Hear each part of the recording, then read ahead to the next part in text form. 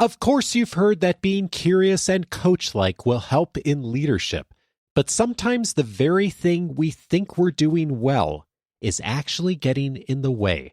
In this episode, the kind of curiosity that leaders often miss. This is Coaching for Leaders, episode 760. Produced by Innovate Learning, maximizing human potential. Greetings to you from Orange County, California. This is Coaching for Leaders, and I'm your host, Dave Stachowiak. Leaders aren't born, they're made. And this weekly show helps you discover leadership wisdom through insightful conversations. A conversation that we have been having throughout the time this podcast has been airing is a conversation about curiosity. How do we do a better job as leaders of being curious? Yes, because we learn more, we discover more, but also because it actually helps our organizations to be more effective and to perform better. Today, a conversation on how we can do a bit better on an aspect of curiosity sometimes we miss. And I'm so glad to have an expert back who's right in the middle of helping organizations, teams, and leaders do this better. I'm so pleased to welcome back to the show, Shannon Minifie. Shannon is the CEO of Box of Crayons, a learning and development company that helps unleash the power of curiosity to create connected and engaged company cultures. They are the team behind the best-selling Coaching Habit book by Michael Bungay Stanier. Shannon and her team recently released a report along with the Harris Poll titled Navigating a Fractured Workplace: How Relational Curiosity Increases Engagement, Trust, and Productivity. Shannon, what a pleasure to have you back. Welcome. Dave, thanks for having me.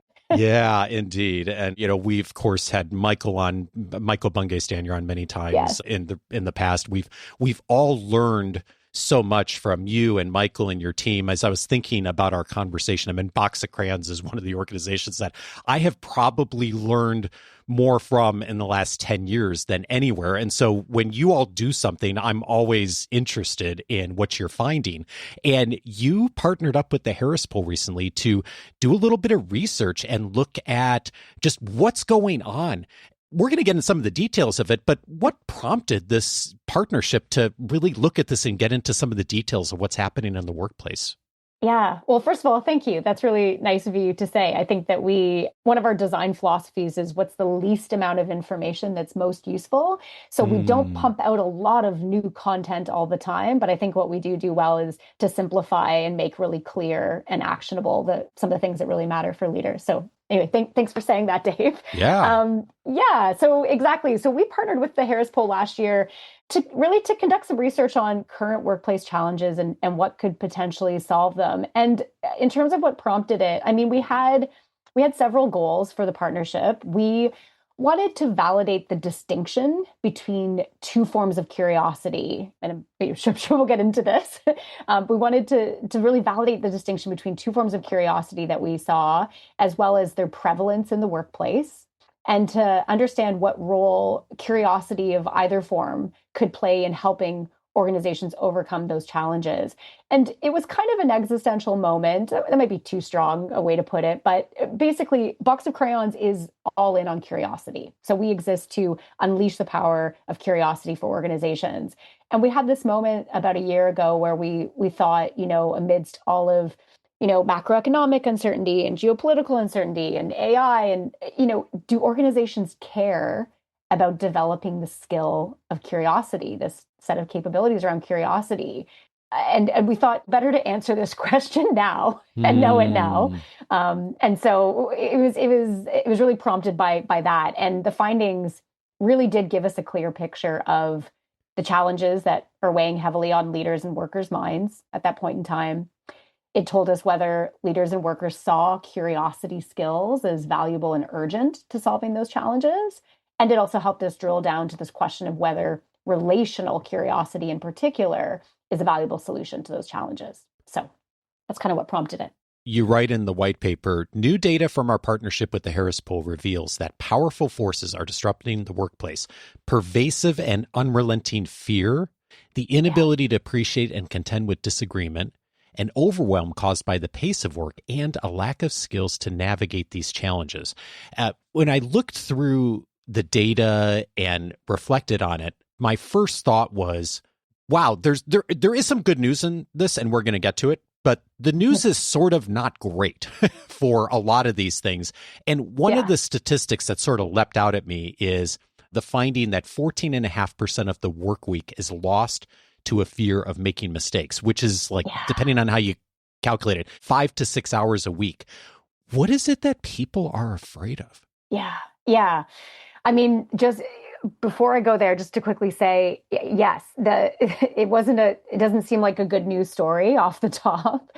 And certainly one of the sort of paradigm shifts or ways we wanted people to think about it is we know about all of the external challenges already, right? But organizations only work if people work. And so this was really about uncovering all the things going on inside of organizations that, we know companies are obsessed with looking at what the external disruptors are coming at them, but you've got to get this inside stuff right as well. So fear, you're right. Fear was one of the key challenges that showed up. And you're right, 14.5% of the work week, they calculated that to be, for an organization with 1,000 people, 6,000 wasted hours and $7.5 million annually. So what's leading to all of that fear? Like, we saw people fearing negative outcomes. They procrastinate. So that contributes to time that workers report just trying to motivate themselves to be productive. They feel frozen. They feel overwhelmed, unable to make decisions. I don't think it pointed to exactly what's causing that fear, but our sense is that a lack of relationship, a lack of trust, a lack of connection among colleagues and between leaders and their teams could be one of the main things behind that, right? Like, why do you hide? Why are you afraid to ask for help? Why are you afraid to come forward and say, I don't get it, right? Yeah. So we saw that sort of all of those wasted hours as symptomatic of doubt and anxiety and blame and things like that. Yeah, that was my sense too. And just looking through the data and sitting with it and reflecting on it. And I think that leads into one of the other statistics that came out of this is the finding that 70% of leaders say many don't understand the value of listening to those that they disagree with. And I was thinking about that, and there's a really interesting dichotomy in one of the findings in the research, in that a strong majority, like almost 80% of leaders, say employees are expressing a desire for more feedback and more growth pathways. But then at the same time, a majority of them also say people they work with are unable to receive hard feedback. And it's sort of this really interesting struggle point of, like, on one hand, people are asking for feedback, want it, say they espouse that, but then when they give it, people are really struggling with actually being able to accept that. That's a real issue, isn't it? Yeah, absolutely. And going back to what you asked about fear, like, what's at the center of that, right? Like, what's at the source of, on the one hand, wanting more feedback, and on the other hand, outright saying that they are unwilling to listen to people that they disagree with, or leaders saying their people are unable to hear difficult feedback. And for us, like, what we see that pointing to is, again, that lack of relationship, lack of trust. Like, think about, who you've received feedback from in your life. And maybe it was tough feedback, right? It probably, some of the best feedback you ever get is hard feedback, right? Oh, it's yeah, the thing that for sure. It's what you always struggle with, right? Yeah. And on the one hand, it's hard. It can be hard to hear, but I think it can also really make you feel seen, right? Like, you really see you see me in my wholeness and my complexity, that you're able to deliver that hard piece of feedback to me. But you can only really receive it that way if you hear it from someone with whom you already have a good relationship, by which I mean you trust that they care about you, that they want something better for you from knowing that feedback, right? And so for us, we just feel like whenever there's a lack of positive feedback culture, and positive, I don't mean that all the feedback is positive, but that people are able to give and receive feedback readily, right, points to a lack of relationship and trust in that team, because people are afraid giving that feedback will break the relationship. The relationship can't withstand it, right? Or there's just not enough of a relationship there in the first place for people to even notice and give good and meaningful feedback. One more piece of bad news. Then we're going to get to the good news, I promise. But okay, good. Yeah, we're almost there. Yeah, we're getting there.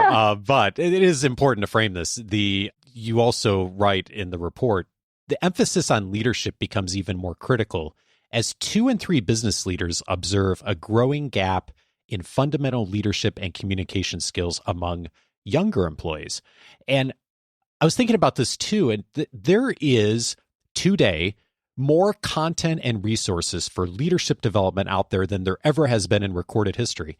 And yet, it seems like a lot of organizations are struggling to really bring this in to support not only their leaders, but also less experienced younger employees. We're just seeing a disconnect there, aren't we? Yeah, absolutely. And I think you're right. There's more access to information than ever before, but investment in learning and access to information are going to be 2 different things. And I see this as both a bad and good news story. So I know you said one more bad piece of information, one more bad thing before we go to the good stuff. Yeah. But I think that on the one hand, this is tough that one of the findings is that there's this dangerous leadership skills gap. I think the good news story is that leaders want more opportunities to learn for themselves and their teams, right? And the vast majority of them said that new ways of training are necessary for them to adapt to the changes that are happening, but also that it contributes to their overall satisfaction in their role, becoming a better manager, which was great to read, especially reading that alongside, I think, other evidence piling up that fewer people want to move into manager roles. They don't want that burden. To hear from current managers now that over 90% of them that being a better manager is actually something that increases their overall satisfaction, and they're eager to learn and get better. That's a good news story, I think. Yeah, it is. And I'm glad you said that, because I definitely see that with our listeners, our members that I work with. I mean, it's so heartening and hopeful to see how many of them just have this great desire to learn, to grow, to recognize the things that they struggle with, as we all do, and the willingness to really move forward on that, which is a great segue to the good news part. And the good news is that curiosity is good for business. And that headline's really front and center in this report. And anyone who listens to this show, that is not going to be a surprise at all, right? That we've been talking about that for years. You and I have, Michael has. What might be new, though, is the distinction. And we mentioned this very briefly earlier, but the distinction that shows up in the research between intellectual and relational curiosity. Could you tell me about that distinction? Yeah, absolutely. So just to reiterate what you're saying, I think this idea that curiosity is good for business, you're right. This is not a new news story. This is decades worth of research telling us that curiosity is good for business. I think what we started to pick up on, curiosity as it relates to organizational effectiveness, to your point, has been something that people have been looking at for a while. We know that curiosity is good for business. There's whole HBR issues dedicated to this topic, right? Yeah. But as we started thinking more about the kind of curiosity we teach in our learning experiences at Box of Crayons, the kind of curiosity we teach in the coaching habit, what I started to sense when I was reading through the curiosity literature, both the sort of academic literature as well as the business literature, is that there is a form of curiosity that is sometimes sort of obliquely referred to or referenced briefly and then moved on from, but that is actually the central kind of curiosity we're talking about at Box of Crayons. So what is this distinction? So intellectual curiosity is the kind that you're probably most familiar with. This is what is most commonly called information gap curiosity. So this comes from psychological, neurological studies. So what motivates curious behavior and what does that look like in the brain? And the simple definition of it is that it's a motivation to acquire and accumulate knowledge, right? So it's that thing that lights you up when you've learned a little bit about something and you want to go learn a lot more. It's that feeling of satisfaction and wanting to satiate that desire to know something. So it's really that it really does bend back onto the curious person, this form of curiosity. And one of the things I came across in early research was this idea that the word curiosity actually means to care. And I thought that was so curious because I found myself wondering, okay, sure, if I'm being intellectually curious and I'm asking questions because I want to know something and I want to fill an information gap, I care about the information, I care about the outcome, and I care about that satisfaction, that moment of closing that gap. But it wasn't really a curiosity that was about bending to other people or about being in the service of other people. And this is what we mean by relational curiosity. So relational curiosity is motivated by a desire to support and connect with others. So they both present the same. They both look like asking questions, but relational curiosity isn't about satisfying my need to know something. It's really about helping something. And what a helpful way to think about this of the what I'm trying to figure out for myself versus what I'm trying to help you to figure out for yourself, right? And I was really, by the way, I was struck by something you wrote as a letter as CEO in the report about missing this distinction yourself, like coming to Box of Crayons, having come from the academic world and having done graduate degrees where you, of course, like did a lot of intellectual curiosity because that's what you do. And you went through this journey of also recognizing this distinction in coming into this work, didn't you? Yeah, absolutely. And I mean, that default to being inquisitive, borderline interrogative is still something that I would say is pretty hardwired in my being. And I think the reason why the distinction matters is because the motivations of each of them are different. The practice of them is different. And the impact that each of those forms of curiosity has is different. So if you're a leader and you're thinking about what's the impact that I want to have, it seems obvious, and I'm not negating at all, that an organization needs to be intellectually curious, right? But relational curiosity is really about how do I help empower other people? How do I have other people on my team also know that they have answers I don't have, right? Because as leaders, I feel like we're going to fall quickly into feeling like we need to know the answers to everything. Like, how am I going to pivot my organization in AI times? We can't know all the answers to that. We need to have the team help us with those things. We need to trust that the team knows things and has ideas and has questions to ask that we don't have ourselves. And so asking the kinds of questions that create space for other people and help other people do their best thinking and solve their challenges, it has a different impact than the intellectual curiosity, and it's definitely going to be needed. Otherwise, leaders are going to get crushed. Yeah. And I'm so glad you mentioned both because neither of us are saying the intellectual curiosity isn't important. It's as you said, it's essential. It's really important. This is very much a both and, right? And it's just that a lot of times we assume that if we have ended a sentence with a question mark, we have done our work on curiosity.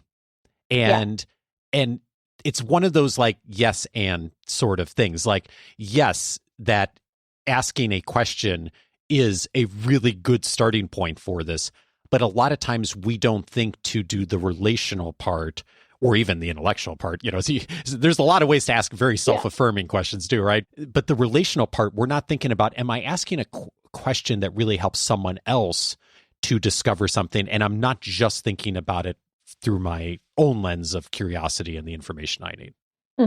Yeah, exactly.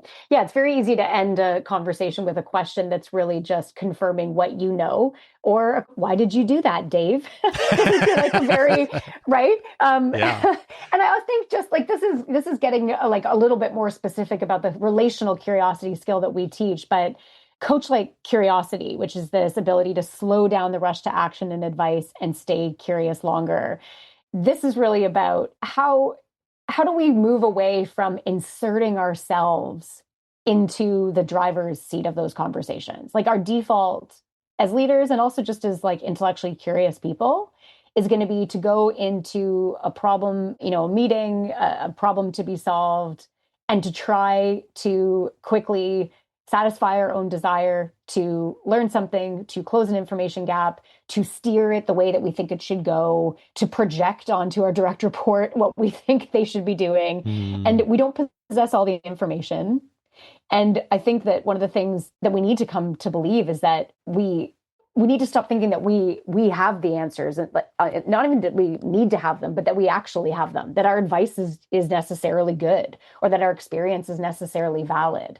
And so if we can ask the kinds of questions that take ourselves out of the equation, take ourselves out of the driver's seat, then that is a way of being relationally curious, because it's privileging the person in front of us learning something and exploring and discovering something as the kind of main actor in that, as opposed to ourselves.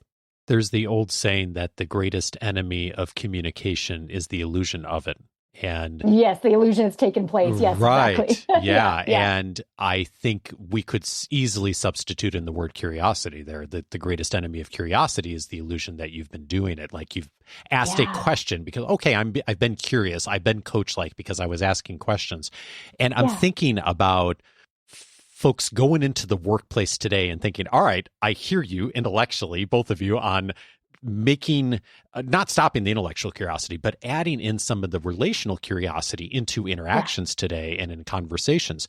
And we've hit on this a little bit, but when you see people make this shift and start to do a little bit more of the both and, what's different about what a leader thinks that helps them to start doing a little bit more of the relational curiosity?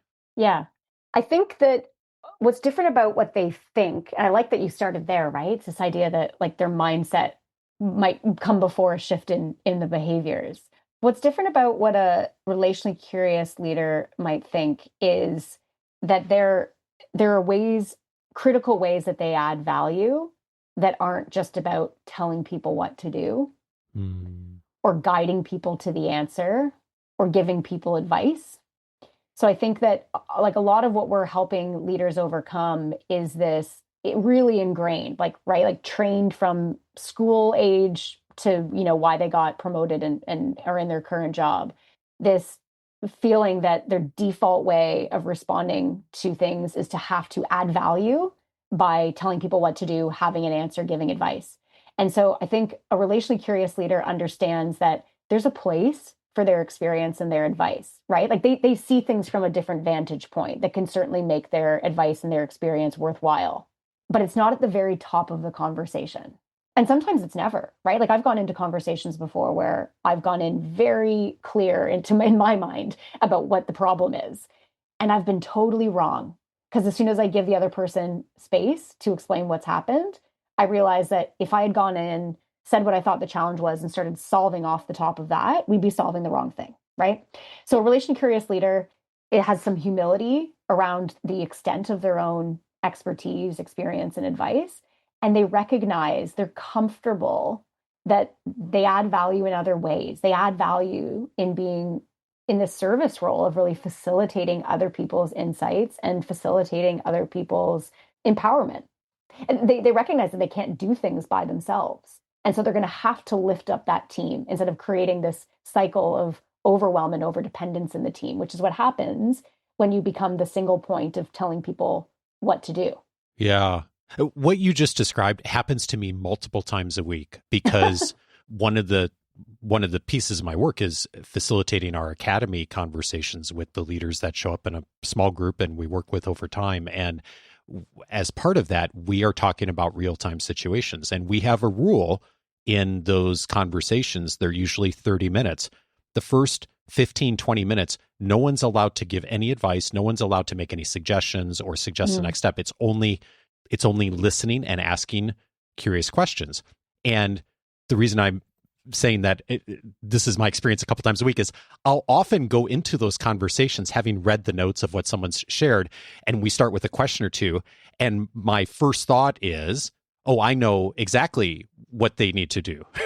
Like having read, like having gotten some information. And it's really interesting to me, and I sort of am amused by it now, like how multiple times a week we'll get through the first 15, 20 minutes of questions. And I think to myself, if I had said the first thought that was on my mind before we asked questions for 15 or 20 minutes, how wrong I would have been and how stupid my advice would have been in that moment, right?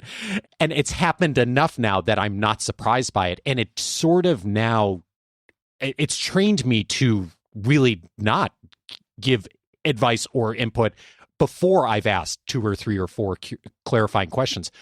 But it took a while to get there. And I just think like how often we And I see in our members, like, as they get better at doing it, they're like, oh, we've never really practiced this in our organization. We've never stopped and just been more curious. And it really does make a big shift when you start to do that as a practice. Yeah. Yeah. And I would actually say that there's two scenarios worth contemplating here. So one is the scenario you've just outlined, right? Where I cannot possibly ask any more curious questions. I can't be curious. I need to give advice. Right. And then the advice ends up being wrong or stupid, and they solve the wrong thing or they do the wrong thing. So that's one scenario. And yes, best to avoid that. And you might even avoid that with intellectual curiosity alone, right? Like you said, asking clarifying questions, right? So someone comes and says, should I do X or Y? And you say, well, what about A, B, C? What about D, E, F? Okay, yeah, do X. Right? So maybe you did that. And maybe you stayed in intellectual curiosity that whole time because you asked clarifying questions. You asked questions that helped you better understand so you could give better advice. Mm-hmm. So it's still beneficial to be curious there for a little while. But did you really only ask questions that turned over decision-making to the other person? And so the reason why the second scenario matters so much is, let's say your advice, by the end of the conversation, you've been asking just relationally curious questions. So you've been asking, what's on your mind? What's the real challenge here for you? What do you want? Things that keep you completely out of it. Let's say by the end of that, they come up with the solution, and it's the same solution that you were thinking of right off the top.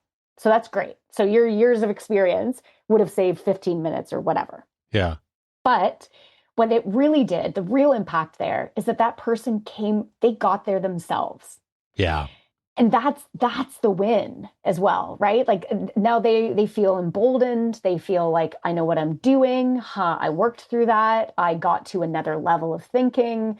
And now your role is to help them get there rather than to tell them what to do. And that is so different and important. So I think that it's that second scenario that's really worth contemplating too. Yes, and that's the part I probably still miss and and need to get more consistent at it. And when that's done well, that person has ownership over that idea. Exactly. They have agency over it. They're so much more likely to move on it when it's there. I mean, Marshall Goldsmith taught us all this like 20 years ago, and what got you here won't get you there. But we still all fall into the trap of missing this regularly. But if you allow the other person to have ownership and it's their idea and it's that's so much more powerful.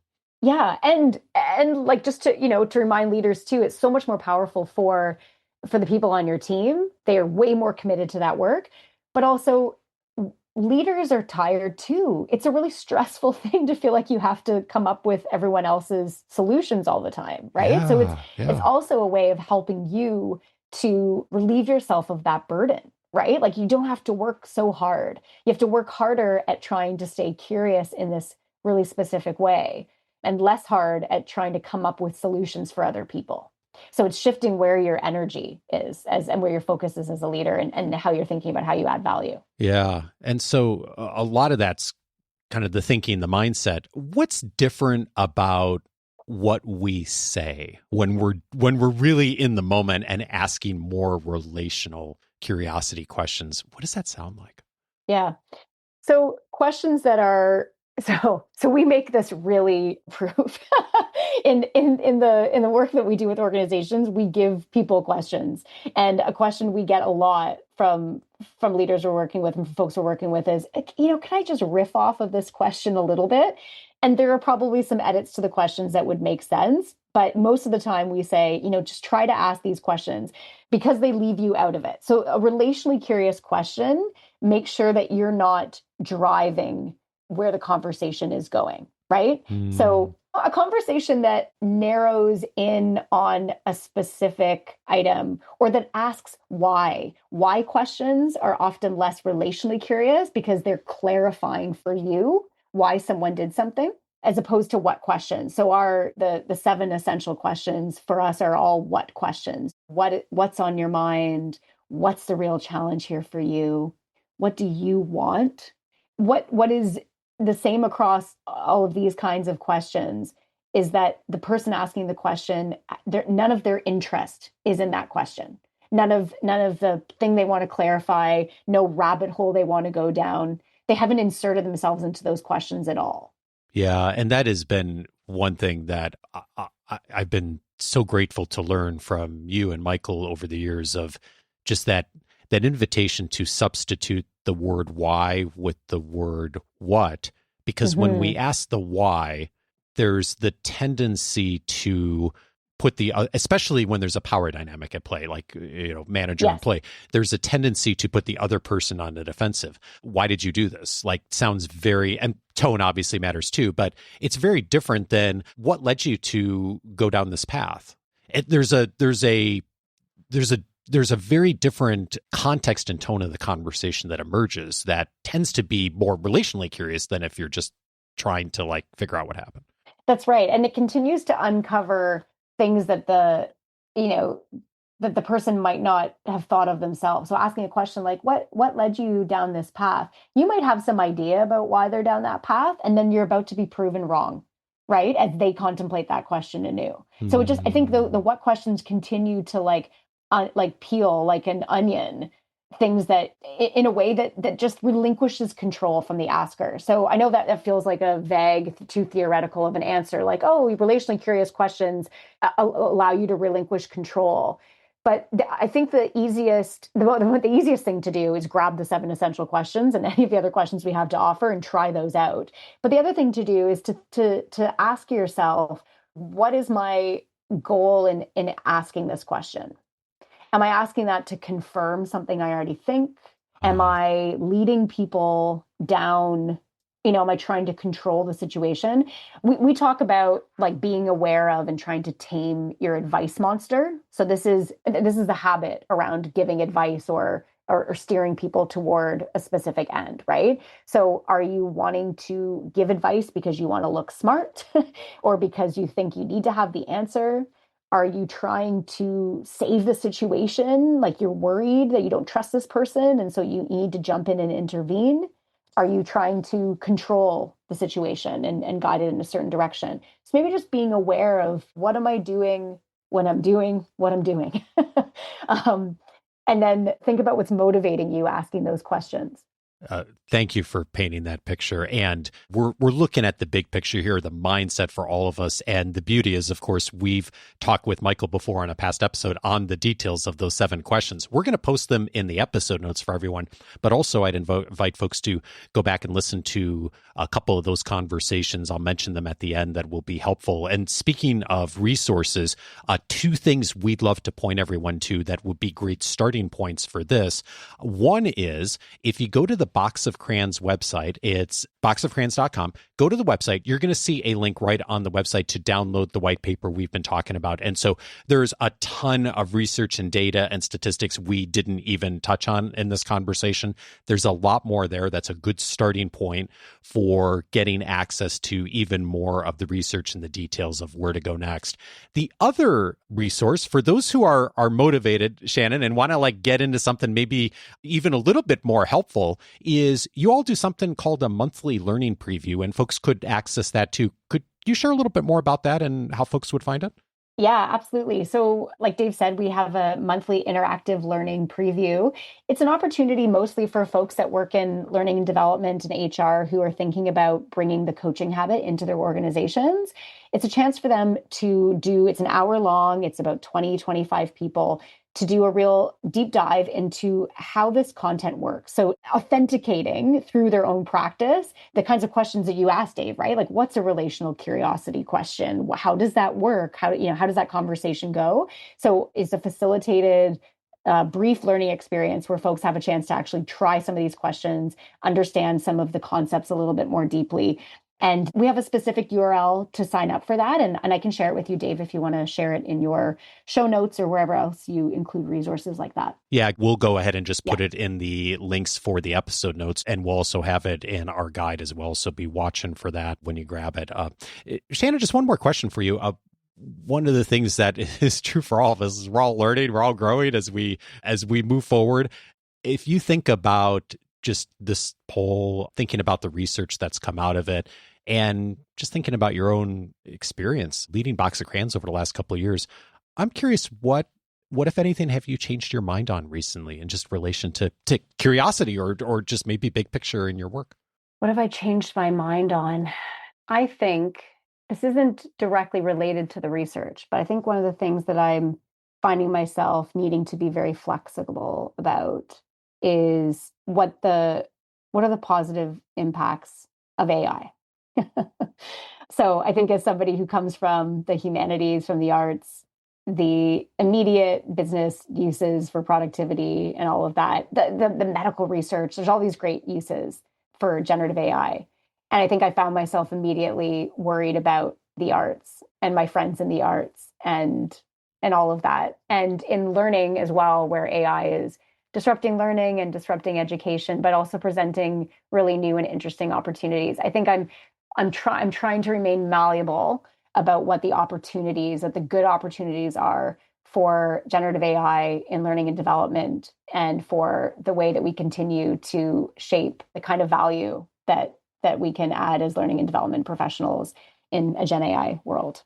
So I'm trying to keep an open mind as I learn constantly and every day. Yeah, it's a journey we're all on in this process as the world changes, isn't it? Yeah. Thanks for saying that. Shannon Minifie is the CEO of Box of Crayons. The new white paper is Navigating a Fractured Workplace. It's at boxofcrayons.com. Shannon, thank you always for your work and sharing your time with us. Yeah, it's my pleasure. Thanks so much for having me.